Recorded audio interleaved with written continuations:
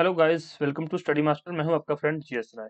तो आज हमारा नेक्स्ट पार्ट में लेकर आया हूं आपके लिए। आपकी जो वीडियो सीरीज चल रही है, लेक्चर सीरीज जो चल रही है, जिसमें कि हम इंपॉर्टेंट जीके जीएस कर रहे हैं, क्वेश्चन सीरीज बाय जीएस राय। और आपके जितने भी एग्जाम्स हैं इनके लिए बहुत हेल्पफुल रहेगी। काफी स्टूडेंट्स को हेल्प भी मिल रही है। आपके पॉजिटिव कमेंट पढ़ के काफी अच्छा लगता है। और भी किसी को कोई डाउट हो तो आप लोग कमेंट करके पूछ सकते हैं, या फिर हमारी ऑफिशियल एप्लीकेशन है, वहां पर जाकर भी हम आप हमसे कॉन्टैक्ट कर सकते हैं। चलिए शुरू करते हैं हमारा आज का फर्स्ट क्वेश्चन। और उससे पहले अगर आप लोग फर्स्ट टाइम है चैनल पर, चैनल को सब्सक्राइब कर लो, तभी आपको इसका नेक्स्ट वीडियो पार्ट का जो है अपने आप नोटिफिकेशन मिल जाएगा। या फिर हमारा टेलीग्राम ज्वाइन कर लो, वहां पर वीडियो पब्लिश होते ही साथ के साथ इसका लिंक शेयर कर दिया जाता है, ताकि आपकी कोई भी वीडियो मिस ना हो। चलिए पहला क्वेश्चन देख लेते हैं। और हमेशा की तरह देखिए, बाइलिंगुअल क्वेश्चन है। इस साइड इंग्लिश में, इस साइड हिंदी में। मैं हिंदी में करवा रहा हूँ, तो जो इंग्लिश मीडियम का स्टूडेंट है वो खुद से यहाँ पर पढ़ सकता है। क्वेश्चन सारे इंग्लिश मीडियम में दिए गए हैं, आंसर भी आपको इंग्लिश मीडियम में मिल जाएगा।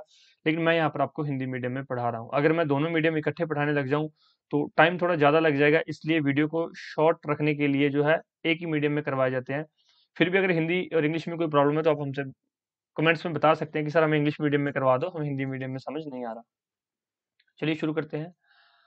भारत की रुई अन्य रुइयों से अधिक सफेद है, यह विचार किसका था? तो डायरेक्ट क्वेश्चन एग्जाम में पूछा गया ये। भारत की रुई अन्य रुइयों से अधिक सफेद है, यह किसका विचार था? ऑप्शन देखिए, अलेक्जेंडर, मेगास्थनीज, हेरोडोट्स, या फिर इनमें से कोई नहीं। तो सही उत्तर क्या है? मेगास्थनीज। मेगास्थनीज के बारे में और इंपॉर्टेंट जानकारी देख लीजिए यहाँ पर। मेगास्थनीज सेल्यूकस द्वारा नियुक्त चंद्रगुप्त मौर्य के दरबार में राजदूत था। तो ये सेल्यूकस निकेटर द्वारा यहाँ पर जो है चंद्रगुप्त मौर्य के दरबार में भेजा गया एक राजदूत था। कौन? मेगास्थनीज। और उसने एक इंडिका नामक पुस्तक की रचना की थी। तो एग्जाम में डायरेक्ट क्वेश्चन आता है कि इंडिका किसकी रचना है? इंडिका किसकी रचना है? तो मेगास्थनीज की। याद रखेंगे आप लोग, मेगास्थनीज। नेक्स्ट क्वेश्चन पर चलते हैं। गुप्त राजाओं ने कौन से सिक्के चलवाए? गुप्त राजाओं ने कौन से सिक्के चलवाए थे? ऑप्शन देखिए यहाँ पर आप लोग। दिनार, ड्रम, रूपक और सुवर्ण। सही विकल्प चुनिए। नीचे जो है विकल्प दिए गए हैं, तो आप लोग क्या किया कीजिए, जैसे मैं आपको यहाँ पे क्वेश्चन करवा रहा हूँ, साथ साथ खुद का देखा कीजिए कि आपको कितने क्वेश्चन आते हैं। अगर मान लो आपको चारों क्वेश्चन सारे 25 के 25 क्वेश्चन आते हैं, तो आप लोग 25 नीचे कमेंट कर दिया करो। अगर आपको 25 के 25 नहीं आते, जितने आपके मार्क्स बने, मान लो किसी को 10 आते हैं, किसी को 15 आते हैं, किसी को 18 क्वेश्चन आते हैं, कोई ऐसा स्टूडेंट हो सकता है जिसको 25 में से 25 क्वेश्चन भी आते हो, तो अपना जो है स्कोर जरूर कमेंट किया करो। इससे क्या है, हमें थोड़ा सा ये रहता है कि हाँ, ये बच्चा रेगुलर देख रहा है और इसमें इसकी परफॉर्मेंस में जो है सुधार हो रहा है या नहीं हो रहा है, जो भी है वो हमारे मतलब आप टच में रहेंगे। तो ध्यान रखना इस बात का जो मैं आपको कह रहा हूँ। तो देखिए, गुप्त राजाओं ने कौन से सिक्के चलवाए थे? दिनार, ड्रम, रूपक, सुवर्ण। सही विकल्प चुनिए। केवल चार, केवल एक और तीन, एक और चार। गुप्त राजाओं ने एक तो दिनार चलाया था और दूसरा सुवर्ण। तो यहाँ पर देख सकते हैं आप लोग, ऑप्शन कौन सा सही है? डी, एक और चार। गुप्त राजाओं ने दो सिक्के चलवाए थे। दिनार, जो कि रोमन साम्राज्य की नकल से चलवाया गया था। ये भी क्वेश्चन आ सकता है कि गुप्त राजाओं ने दिनार सिक्के चलवाए थे, वो किसकी नकल से चलवाए गए थे? रोमन साम्राज्य की नकल से चलवाए गए थे। और सुवर्ण मतलब गोल्ड के सिक्के, सोने के सिक्के चलवाए गए थे। सोने और चांदी के शुद्ध सिक्के वो भारतीय सिक्के थे। ठीक है, याद रहेगा आपको। स्वतंत्र भारत के लिए व्यक्तिगत रूप से पहला ओलंपिक पद किसने जीता था? बहुत बार पूछा गया, ये रिपीटेड क्वेश्चन है, रिपीट पे रिपीट होता जा रहा है ये क्वेश्चन।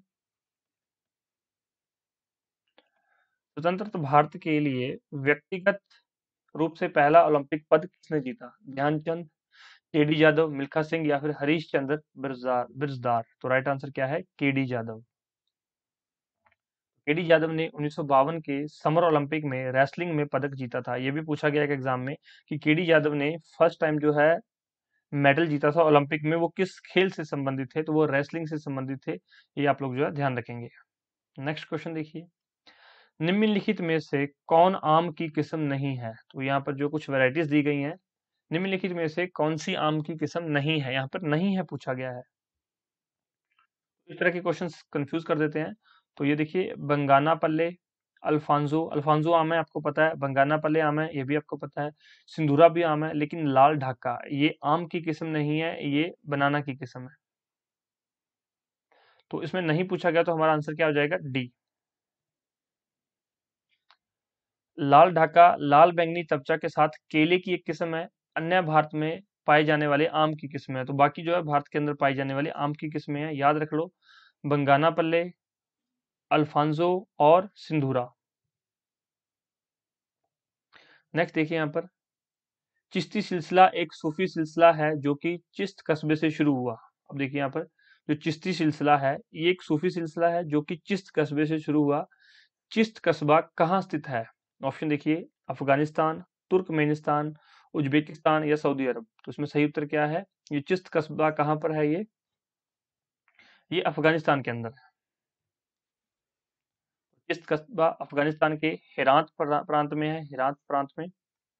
इसकी स्थापना 930 ईस्वी में अबू इशाक शमी ने की थी।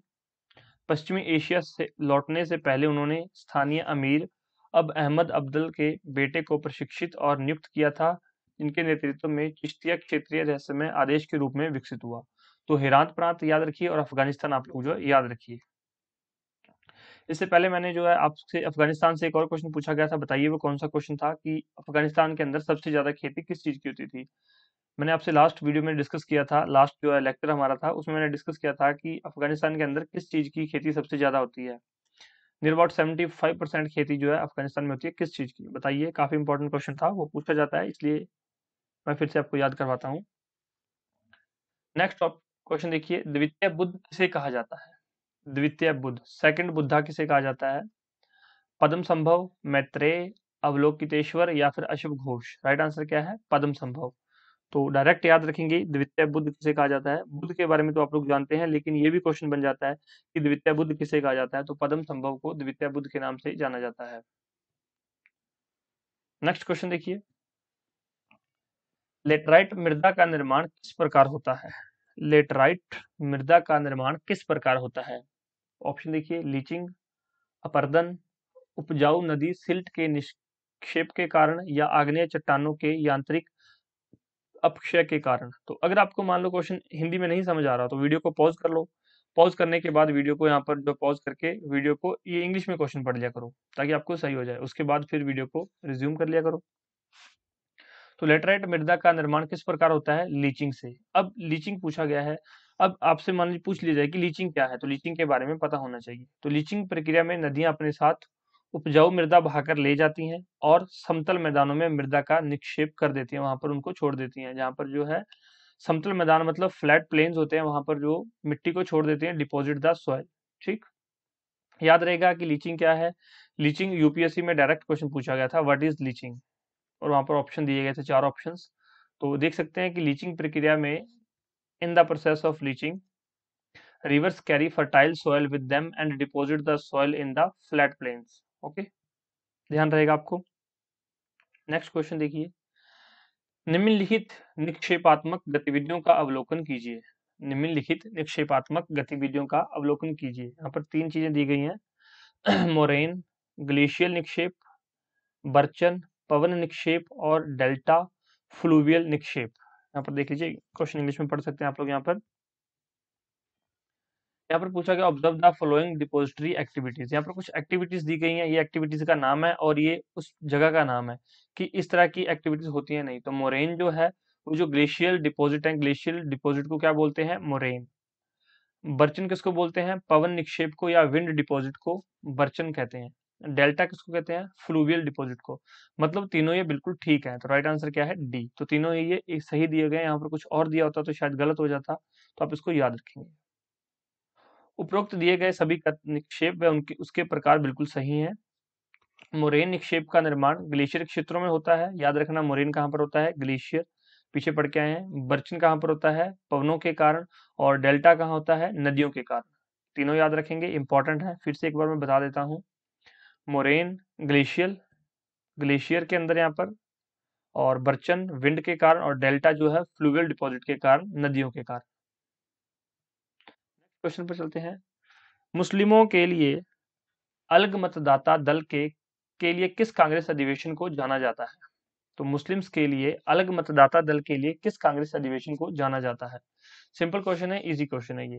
ऑप्शन देखिए, कराची अधिवेशन 1913, बॉम्बे अधिवेशन 1915, लखनऊ अधिवेशन 1916 या फिर कलकत्ता अधिवेशन 1917। सही उत्तर क्या है? लखनऊ अधिवेशन 1916। तो 1916 में कांग्रेस मुसलमानों के लिए अलग से मतदाता दल के लिए प्रावधान किए गए थे। देखिए यहाँ पर, 1916 के लखनऊ अधिवेशन में मुस्लिमों के लिए अलग मतदाता दल की व्यवस्था की गई थी। इस अधिवेशन में कांग्रेस के दो धड़े, गर्म दल और नर्म दल, जिसको कि आप लोगों को बिल्कुल अच्छे से पता है, को वार्ता के लिए एक मंच पर लाया गया था। अंबिका प्रसाद मजूमदार इस अधिवेशन में कांग्रेस के अध्यक्ष थे, क्योंकि अंबिका प्रसाद मजूमदार इस अधिवेशन में कांग्रेस के अध्यक्ष थे। तो अगर आपसे कोई पूछ ले कि लखनऊ अधिवेशन के अध्यक्ष कौन थे 1916 के अंदर, तो अंबिका प्रसाद मजूमदार याद रहेगा। भारत में पहली यूरोपीय बस्ती किस स्थान पर स्थापित की गई? भारत में पहली यूरोपीय बस्ती किस स्थान पर स्थापित की गई? स्टूडेंट्स क्या करते हैं, काफी हिस्ट्री पढ़ते रहते हैं, मॉडर्न हिस्ट्री पढ़ते रहते हैं, मेडिवल हिस्ट्री पढ़ते रहते हैं, लेकिन ये जो बेसिक सा क्वेश्चन है ये उनके ध्यान में नहीं आता, ये उनके निकल जाता है कि यार इतना इजी क्वेश्चन कैसे पूछा जा सकता है, लेकिन एग्जाम में जाके डायरेक्ट क्वेश्चन ही पूछ लिया जाता है कि भारत में पहली यूरोपीय बस्ती किस स्थान पर स्थापित की गई। ऑप्शन देखिए, कोची, चिंसुरा, सूरत या फिर चेन्नई। तो कहां पर की गई थी? कोच्चि के अंदर। किनके द्वारा की गई थी? तो पहली बस्ती पोर्टुगीज के द्वारा, पुर्तगालियों के द्वारा स्थापित की गई थी। केरल के एर्नाकुलम जिले में स्थित कोची फोर्ट भारत में पहली यूरोपीय बस्ती थी, और कौन सी यूरोपीय थी? पोर्टुगीज। यह जल से घिरा हुआ स्थान था, यह कोची के दक्षिण पश्चिम में स्थित था, तो साउथ वेस्ट में था कोची के अंदर। नेक्स्ट क्वेश्चन देखिए, दाचीग्राम राष्ट्रीय उद्यान कहाँ पर है? दाचीग्राम राष्ट्रीय उद्यान कहाँ पर है? जम्मू कश्मीर, हिमाचल प्रदेश, उत्तराखंड या फिर पंजाब। इजी क्वेश्चन है, कहाँ पर है? जम्मू कश्मीर में। दाचीग्राम याद रखना जम्मू कश्मीर के अंदर है। एनवायरमेंट में मैं आपको अलग से क्वेश्चंस करवाऊंगा एनवायरमेंट के, वहां पर आपको ये सारे क्वेश्चंस मिलेंगे कि कौन सा राष्ट्रीय उद्यान कहाँ पर है, नेशनल पार्क, कोई सेंचुरी, बर्ड सेंचुरी कहाँ पर है, सारी चीजें इंपॉर्टेंट, झीलें और सारी चीजें आपको मैं अच्छे से करवाऊंगा एनवायरमेंट की अलग से वीडियोस, क्वेश्चन सीरीज में अलग से आपको प्रोवाइड करवाऊंगा। दाचीगाम राष्ट्रीय उद्यान जम्मू कश्मीर में श्रीनगर से 22 किलोमीटर दूर है। इसका मुख्य जानवर बारहसिंगा है। तो बारहसिंगा कहाँ पाया जाता है? दाचीगाम में। कहाँ पर? श्रीनगर में। नेक्स्ट क्वेश्चन देखिए, समताप मंडल की ओजोन गैस की परत की मोटाई किस इकाई में नापी जाती है? समताप मंडल में जो स्ट्रेटोस्फेयर में ओजोन लेयर है, पहला क्वेश्चन तो यहीं पर है कि ओजोन लेयर कहां पर पाई जाती है? स्ट्रेटोस्फेयर में। ओके, तो ओजोन गैस की जो मोटाई है वो किस इकाई में नापी जाती है? सीवर्ट्स में, डॉब्सन यूनिट में, मेल्सन यूनिट में, या फिर इनमें से कोई नहीं? तो सिंपल सा क्वेश्चन है, डॉब्सन यूनिट में इसकी जो है इकाई मापी जाती है, किसकी? ओजोन गैस की।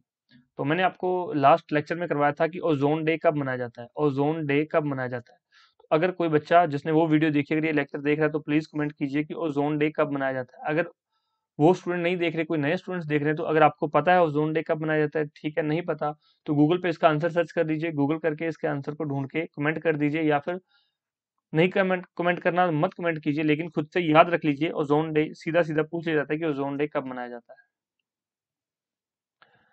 ओजोन परत की खोज 1913 में फ्रेंच वैज्ञानिक चार्ल्स फर्बे और हेनरी बिस्सोन ने की थी। इसके गुणों का अध्ययन वैज्ञानिक GMB डॉब्सन ने किया था। उन्होंने इसकी मोटाई नापने के लिए स्पेक्ट्रोफोटोमीटर विकसित किया था। क्या चीज, किससे ये इसकी मोटाई नापी थी? स्पेक्ट्रोफोटोमीटर। उन्हीं के नाप पर ओजोन की मोटाई डॉब्सन इकाई में नापी जाती है। तो इनके नाम पर ही ये जो है, GMB डॉब्सन के नाम पर ही इसकी इकाई है, डॉब्सन इकाई। नेक्स्ट देखिए यहाँ पर, कार्बन डाइऑक्साइड के उत्सर्जन देशों की सूची किस स्रोत से कार्बन डाइऑक्साइड उत्सर्जन पर आधारित होती है? क्वेश्चन इंग्लिश में देख लीजिए, the list of countries emitting carbon dioxide is based on carbon dioxide emission from which source. मतलब यहाँ पर सोर्स पूछा गया है कि कार्बन डाइऑक्साइड किस किस चीज से उत्सर्जन होता है, जिसके लिए देशों को उस सूची में रखा जाता है। मतलब एक लिस्ट तैयार की जाती है कि कौन सा देश कितना कार्बन प्रोड्यूस कर रहा है, कार्बन डाइऑक्साइड प्रोड्यूस कर रहा है। तो ये लिस्ट बनाने के लिए जो है, कार्बन अब मेजर करते हैं ना भी, कार्बन किस किस चीज से एमिट हो रहा है, तो उसमें कौन कौन सी चीजें यूज की जाती हैं। तो पहला, जीवाश्म ईंधन का जलना, बिल्कुल फॉसिल फ्यूल्स की बर्निंग काउंट की जाती है कि कितनी फॉसिल फ्यूल बर्न हो रहा है किसी कंट्री में। उस उस कंट्री में सीमेंट इंडस्ट्री कितना जो है कार्बन डाइऑक्साइड प्रोड्यूस कर रही है। तो राइट आंसर क्या है? उपरोक्त दोनों। सही उत्तर क्या है? सी। तो मतलब कार्बन डाइऑक्साइड एमिटिंग, अगर मान लीजिए कोई कंट्रीज है, उनकी लिस्ट तैयार करनी है, तो ये दोनों चीजों का उस कंट्री में देखा जाएगा। यूएसए में कितना कार्बन डाइऑक्साइड प्रोड्यूस हो रहा है, किससे? जीवाश्म ईंधन से, मतलब फॉसिल फ्यूल के बर्न होने से, सीमेंट इंडस्ट्री से।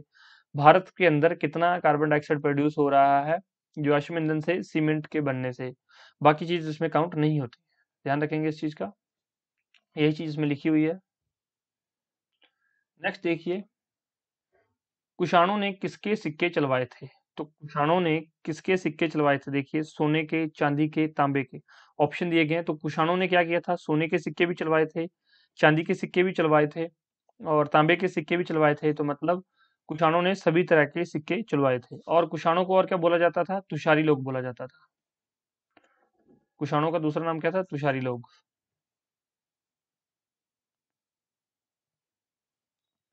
नेक्स्ट देखिए, अंतिम मौर्य सम्राट कौन था? अंतिम मौर्य सम्राट कौन था? लास्ट मौर्यन एम्परर कौन था? अशोक, बृहद्रथ, संप्रति या फिर इनमें से कोई नहीं? राइट आंसर क्या है?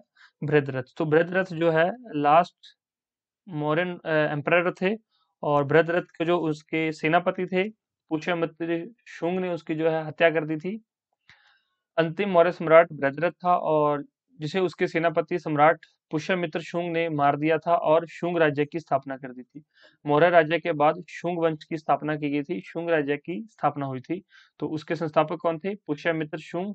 और अंतिम सम्राट कौन था? बृहद्रथ। तो याद रहेगा आप सबको ये सब चीजें।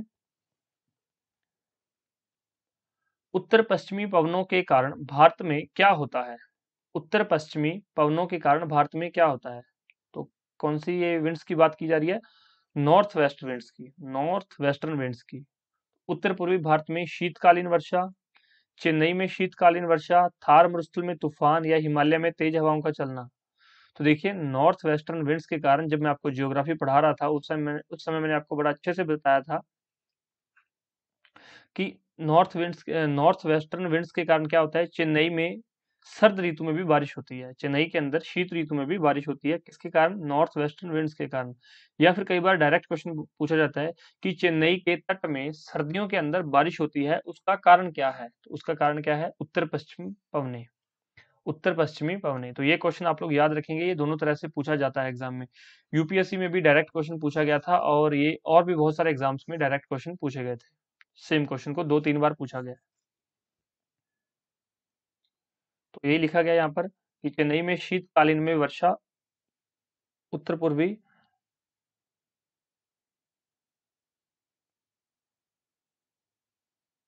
उत्तर पश्चिमी पवनों के कारण यहाँ पर होती है।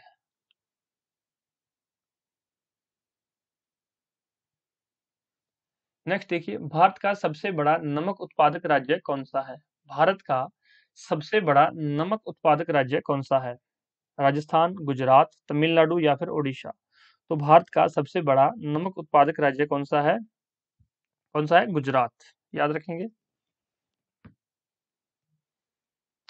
देख लीजिए यहाँ पर, भारत में प्रति वर्ष 160 लाख टन नमक का उत्पादन किया जाता है। भारत विश्व का तीसरा सबसे बड़ा नमक उत्पादक देश है। तो नमक उत्पादक देश कितने नंबर का है? तीसरा। गुजरात, राजस्थान, आंध्र प्रदेश, तमिलनाडु भारत के 4 प्रमुख नमक उत्पादक राज्य हैं। तो ये 4 राज्य हैं जो प्रमुख हैं। अगर आपको कोई कह दे कि पंजाब में नमक होता है तो भाई ये मानने वाली बात नहीं है। पंजाब में नमक पैदा नहीं होता क्योंकि वहां पर समुंदर ही नहीं है। तो नमक कहाँ से बनेगा? हरियाणा में नमक कहाँ से बनेगा? उड़ीसा में गंजम, पुरी और बालासोर में लगभग 30,000 टन नमक का उत्पादन किया जाता है। नेक्स्ट देखिए, अलमट्टी बांध किस नदी पर स्थित है? अलमट्टी बांध किस नदी पर स्थित है? कृष्णा नदी, कावेरी नदी, तुंगभद्रा नदी या फिर मालप्रभा नदी? तो जो अलमट्टी बांध है वो कौन सी नदी पर है? तो कृष्णा नदी पर है। अलमट्टी बांध कृष्णा नदी पर है। देख लीजिए, अलमट्टी बांध परियोजना उत्तरी कर्नाटक में कृष्णा नदी पर स्थित है। तो कई बार ये भी आ जाता है कि अलमट्टी बांध किस राज्य में है? कर्नाटक में। यह परियोजना 2005 में बनकर तैयार हुई थी। तो ये आप लोग याद रखेंगे। Aspirin is the common name. तो एस्पिरिन जो है किसका नाम है? एस्पिरिन किसका नाम है? सैलिसिलिक एसिड का, सैलिसिलेट एसिड का, मेथाइल सैलिसिलेट का या फिर एसिटिल सैलिसिलेट एसिड का? तो जो एस्पिरिन है वो किसका नाम है? वो है एसिटिल सैलिसिलेट एसिड का। तो एस्पिरिन ये किसका नाम है? याद रखेंगे आप लोग, डायरेक्ट क्वेश्चन पूछा गया था। हरे फलों को कृत्रिम रूप से पकाने के लिए प्रयुक्त गैस कौन सी यूज होती है? तो हरे फलों को जो है आर्टिफिशियल रिपनिंग के लिए कौन सी गैस यूज की जाती है? एथिलीन, एसिटिलीन, इथेन या फिर मीथेन? तो कौन सी होती है? इथाइलिन। एथिलीन या फिर इथाइलिन, जो भी आप बोलना चाहें बोल सकते हैं। तो हरे फलों को कृत्रिम रूप से आर्टिफिशियल रिपनिंग के लिए। अब नेक्स्ट जो है एसिटिलीन। एसिटिलीन कहाँ पे यूज होता है? तो ये एक रॉकेट फ्यूल में भी यूज होता है, ये भी कई बार पूछ लिया गया है, रॉकेट फ्यूल एसिटिलीन। इसके अलावा फर्टिलाइजर हिट, रॉकेट फ्यूल में यूज होता है, और इसके अलावा ये हीटिंग के लिए भी यूज हो जाता है, और वेल्डिंग के लिए भी एसिटिलीन का प्रयोग किया जाता है। लेकिन ये रॉकेट फ्यूल डायरेक्ट सिर्फ अकेला नहीं यूज होता है, इसके साथ और भी बहुत सारी चीजें मिक्स करनी पड़ती है। और मीथेन भी जो रॉकेट फ्यूल की तरह काम करता है, मीथेन भी, और ये एक फर्टिलाइजर की तरह भी काम करता है, फर्टिलाइजर इंग्रेडिएंट होता है मीथेन।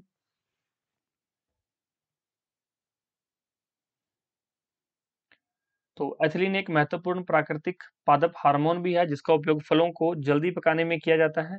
एथिलीन का जल योजन करने पर एथिल अल्कोहल मिलता है। नेक्स्ट देखिए, इंपॉर्टेंट क्वेश्चन। कृत्रिम वर्षा या मेघ बीजन के लिए प्राय प्रयोग किए जाने वाले रासायनिक द्रव कौन से हैं? तो कृत्रिम वर्षा मतलब आर्टिफिशियल रेन के लिए या फिर क्लाउड सीडिंग के लिए किस किस चीज का प्रयोग किया जाता है? सिल्वर आयोडाइड, बिल्कुल ठीक है। सोडियम क्लोराइड, बिल्कुल ठीक है। सूखी बर्फ, बिल्कुल ठीक है। तो राइट आंसर क्या है? उपरोक्त सभी। तो अगर मान लीजिए कहीं पर बारिश नहीं हो रही, जैसे कि विदर्भ एरिया है, महाराष्ट्र के कुछ एरियाज हैं, गुजरात के कुछ एरिया जहाँ पर बारिश नहीं होती है, या फिर दिल्ली में क्या होता है, कई बार स्मोक का प्रॉब्लम हो जाती है, तो वहां पर लोगों को सांस लेने में तकलीफ होती है, परेशानी होती है, तो उस समय क्या किया जाता है? कृत्रिम मतलब आर्टिफिशियल रेन या फिर क्लाउड सीडिंग की जाती है। तो किस किस चीजों की हेल्प ली जाती है, कौन कौन से सब्सटेंसेस की? सिल्वर आयोडाइड का यूज किया जाता है, सोडियम क्लोराइड का यूज किया जाता है, सूखी बर्फ का यूज किया जाता है। तो उपयुक्त सभी चीजों का यूज यहाँ पर किया जाता है। अब एक चीज और आपके माइंड में आ रही होगी, अगर आप लोग यूपीएससी के लिए या फिर किसी स्टेट सिविल सर्विसेज की तैयारी कर रहे हैं, कि सर अगर इस चीज से सोल्यूशन हो सकता है, तो जहां पर सूखे की प्रॉब्लम है, जहां पर सूखा बहुत ज्यादा पड़ता है, तो वहां पर हम लोग ये जो आर्टिफिशियल रेन करवा सकते हैं या क्लाउड सीडिंग करवा सकते हैं। तो बच्चों ये महंगा बहुत होता है, ये बहुत कॉस्टली प्रोसेस है। हाँ, इन केस अगर जरूरत पड़े, बहुत इमरजेंसी हो, तो ये किया जा सकता है, लेकिन ये आर्टिफिशियल रेन बहुत महंगा प्रोसेस है, तो हर बार ये पॉसिबल नहीं है कि लोग पानी से प्यासे मर रहे हैं तो आर्टिफिशियल रेन करवा दी जाए। ऐसा पॉसिबल नहीं है। इन इमरजेंसी सिचुएशंस ये आर्टिफिशियल रेन यहाँ पर करवाई जा सकती है भारत में। तो कृत्रिम वर्षा कराने के लिए कृत्रिम बादल बनाए जाते हैं, जिन पर सिल्वर आयोडाइड और सूखी बर्फ जैसे ठंडा करने वाले रसायनों का प्रयोग किया जाता है, जिससे कृत्रिम वर्षा होती है। नेक्स्ट क्वेश्चन देखिए, निम्नलिखित में से किस राज्य ने अंग्रेजों को मुक्त व्यापार के लिए सुनहरा फरमान जारी किया था? तो ये आपने सुना होगा, फ्री ट्रेड गोल्डन फरमान जारी किया था। किस लिए फ्री ट्रेड का? किस राज्य ने किया था? देखिए ऑप्शन, हैदराबाद, बीजापुर, गोलकुंडा या अहमदनगर। तो किसने किया था? गोलकुंडा ने। तो सुनहरा फरमान जो है मुक्त व्यापार का किसने जारी किया अंग्रेजों को? गोलकुंडा ने। कई बार ये भी क्वेश्चन आ जाता है कि मुक्त व्यापार के लिए सुनहरा फरमान किनको जारी किया गया? तो अंग्रेजों को जारी किया गया। ऑप्शन में आपको वहां पर पुर्तगाल के लोग दे देते हैं, फ्रेंच पीपल दिया जाता है, डच दिए जाते हैं, डेन्स दिए जाते हैं, लेकिन मुक्त व्यापार का जो सुनहरा फरमान है वो अंग्रेजों को मिला था। गोल्डन डिक्री ब्रिटिश को ही दी गई थी। तो 1632 में अंग्रेजों को गोलकुंडा के साथ मुक्त व्यापार करने का सुनहरी फरमान जारी हो गया था। इसके लिए उनको 500 पैगोडा प्रतिवर्ष देना था, 500 पैगोडास पर एनम। नेक्स्ट क्वेश्चन देखिए, सलबाई की संधि किस युद्ध से संबंधित है? सलबाई की संधि जो कि 1782 के अंदर की गई थी, सलबाई की संधि किस युद्ध से संबंधित है? प्रथम अंगल मैसूर युद्ध, प्रथम अंगल मराठा युद्ध, द्वितीय अंगल मराठा युद्ध या फिर द्वितीय अंगल मैसूर युद्ध। तो इसमें देखिए, सलबाई की संधि जो है प्रथम एंग्लो मराठा युद्ध के अंदर की गई थी। सलबाई की संधि प्रथम एंग्लो मराठा युद्ध के अंदर की गई थी। अब एंग्लो मराठा वार कब हुआ था? 1775 से लेकर 1782 तक हुआ था। तो जब ये युद्ध खत्म हुआ, तो सलबाई की संधि के साथ ही ये युद्ध पे विराम हुआ, ट्रीटी ऑफ सलबाई हुआ, तब ही ये जो एंग्लो मराठा युद्ध पर जो है विराम लगा। अब देखिए इसमें इंपॉर्टेंट क्या है, यहाँ पर क्वेश्चंस आपको और किस तरह से पूछे जा सकते हैं। तो ये कुछ वार्स हैं, मैं आपको यहाँ पर लिखवा देता हूँ, आप लोग नोट डाउन कर सकते हैं। वार से रिलेटेड वार्स को नोट डाउन कर लीजिए, एग्जाम में पूछ लिया जाता है कि फर्स्ट, पहले वार्स करवा रहा हूँ, एंग्लो मैसूर वार। एंग्लो मैसूर वार फर्स्ट कब हुई थी? 1767 से लेकर 1769 तक। Second 1780 to 84। Third 1790 to 92। और फोर्थ जो है यहाँ पर 1798 8 to 99, मतलब 4 एंग्लो मैसूर युद्ध हुए थे, याद रखना। 1767 से 1769, 1780 से 1784, 1792, 90 से लेकर 1792 और 1798 से लेकर 1799 तक 4 युद्ध हुए थे एंग्ल मैसूर। और इसके साथ एंग्ल मराठा युद्ध हुए थे 3। वो कब कब हुए थे देख लीजिए। फर्स्ट जो है 1775 से 1782 तक, सेकंड 1803 से लेकर 1805 तक, और जो थर्ड जिसको कि पिंडारी वार भी बोला जाता है, कई बार सीधा ही क्वेश्चन आता है कि पिंडारी वार कब हुई थी, 1817 से लेकर 1818 तक। ध्यान रखेंगे आप सब चीजों को। 4 एंग्ल मैसूर वार हुए थे और 3 एंग्लो मराठा युद्ध हुए थे। तीनों की मैंने यहाँ पर डेट, यहाँ सातों की डेट लिखवा दी है, तो आप लोग ये याद रख लेना। और मैंने हिस्ट्री के लेक्चर में करवाया था कि किस युद्ध के बाद कौन सी संधि हुई थी, किस तरह से आपको याद रखना है और किस तरह से एग्जाम में क्वेश्चन पूछा जाएगा, वो मैंने आपको सारी चीजें अच्छे से करवाई थी। यहाँ पर फिर भी मैं आपको रिवाइज करवा देता हूँ। हालांकि ये सब चीजें आपको रिवीजन में होनी चाहिए, आप लोग यहाँ पर क्वेश्चन सीरीज करने आते हैं, तो मैं आपको फिर भी बीच बीच में चीजें रिवाइज करवा देता हूँ, ठीक है। और अगर आपको कोई भी डाउट हो तो आप कमेंट करके पूछ सकते हैं। प्रथम एंग्लो मराठा युद्ध के बाद 17 मई 1782 को सलबाई की संधि पर हस्ताक्षर किए गए थे।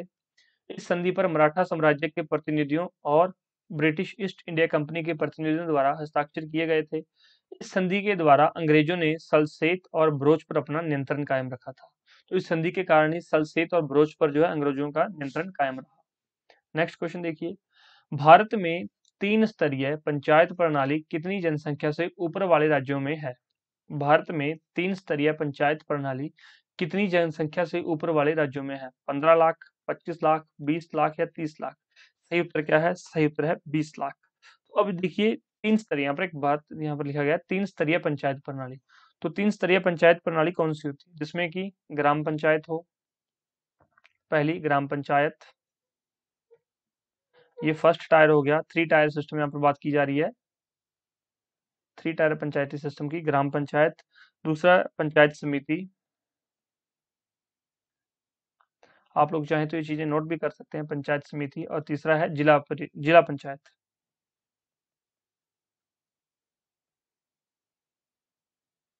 जिला पंचायत, ठीक है। अब एक क्वेश्चन आपके लिए, आप जिस राज्य से बिलोंग करते हैं, क्या आपके राज्य में 3 टायर सिस्टम चलता है, 2 टायर सिस्टम चल रहा है? तो कौन सा सिस्टम चल रहा है आपको पता होना चाहिए, डायरेक्ट एग्जाम में पूछा जा सकता है। तो 3 टायर सिस्टम यूज होता है, ग्राम पंचायत, पंचायत समिति और जिला पंचायत। जिनकी जनसंख्या 20 लाख से ऊपर है, वहां पर 3 टायर सिस्टम यूज होता है पंचायत का, याद रहेगा। नेक्स्ट देखिए, भारत में एक राज्य में कार्यकारी शक्ति के संदर्भ में निम्नलिखित में से कौन सा कथन सही नहीं है, सॉरी कथन सही है? तो कौन सा कथन सही है पूछा गया, यहाँ पर नहीं नहीं लिखा हुआ, सही है। ओके, देखिए राज्य में कार्यकारी शक्ति, तो ये राज्य के बारे में पढ़ते हैं आगे। पहला ऑप्शन देखिए, राज्य की कार्यकारी शक्ति राज्यपाल में निहित होती है। तो बिल्कुल ठीक है कि जो राज्य की कार्यकारी शक्ति है वो राज्यपाल के अंदर ही निहित होती है। दूसरा पढ़िए यहाँ पर, राज्य में वास्तविक कार्यकारी प्राधिकरण मंत्रिपरिषद है। तो जो real executive authority is in the state is in the council of minister. तो बिल्कुल ठीक है, जो भी फैसला होता है वो पूरा मंत्रिपरिषद लेता है। कार्यकारी राज्य का जो कार्यकारी प्राधिकरण मंत्रिपरिषद है वही यहाँ पर सारा काम संभालता है। राज्य में सभी कार्यकारी निर्णयों को मुख्यमंत्री के नाम पर लिया जाता है। तो मुख्यमंत्री डिसीजन लेता जरूर है, लेकिन यह राज्यपाल के नाम पर लिए जाते हैं। डिसीजन जो है राज्यपाल के नाम पर लिए जाते हैं, मुख्यमंत्री के नाम पर नहीं लिए जाते। तो यहाँ पर ये गलत हो गया। तो 1 और 2, तो केवल ए यहाँ पर इसका सही उत्तर है। देख लीजिए, तीसरा बयान सही नहीं है क्योंकि राज्य में कार्यकारी निर्णय राज्यपाल के नाम पर लिए जाते हैं, ना कि मुख्यमंत्री के नाम पर। तो ये हमारे थे 25 क्वेश्चंस। आप लोग अपना जो है स्कोर मुझे कमेंट करके बता दीजिए कि आपके कितने मार्क्स बने हैं। इसके अलावा आप हमारी ऑफिशियल एप्लीकेशन डाउनलोड कर सकते हैं, स्टडी मास्टर ऑफिशियल। हमारी ऑफिशियल वेबसाइट विजिट कर सकते हैं, हमारा टेलीग्राम चैनल ज्वाइन कर सकते हैं। सारे लिंक डिस्क्रिप्शन बॉक्स में दिए गए हैं। जिन लोगों ने प्रीवियस वीडियोस नहीं देखी, इससे पहले वाले पार्ट्स नहीं देखे, तो वो भी आपको लिंक मिल जाएगा डिस्क्रिप्शन में, वो आप पुरानी वीडियोस को देख लीजिए। Practice can make you succeed. अगर आप डेली प्रैक्टिस करेंगे, आपको क्या होता है, मान लो आप रिवीजन कर रहे हैं, जितनी मर्जी रिवीजन करते रहें।